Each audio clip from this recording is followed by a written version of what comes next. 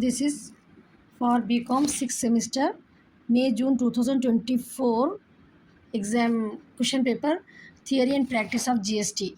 Maximum marks is 50 and time hour is 3 hours.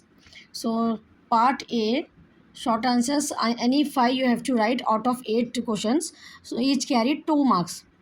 So at least 6-7 lines or 8 points. In the points you write the answer, that is better for the correction to give you the full marks.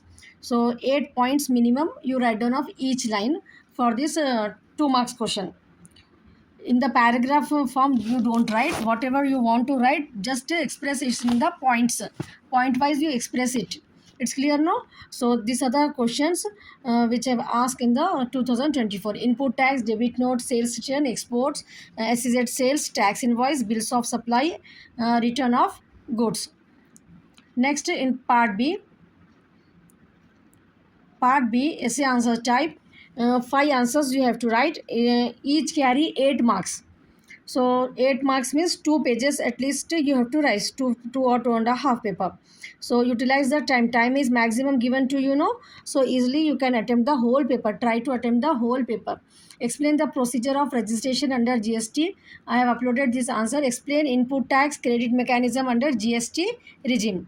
Out of these two, any one you have to attempt it. Next, explain the intrastate inward supply of goods. Explain the hierarchy of applying tax rate details. Next, how do you record purchases made from composition dealer? Explain or explain the input tax credit set off.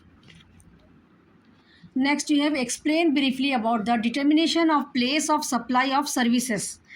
Explain the briefly about the determination of place of supply of services, or how do you cancel the outward supply of services? Explain. Anyone you have to write it from there.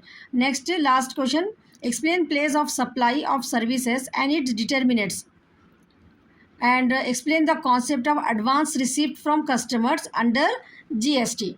So these are the questions which I have asked in the 2024 question paper. So may you get the idea for this, no? So all the best for your exam.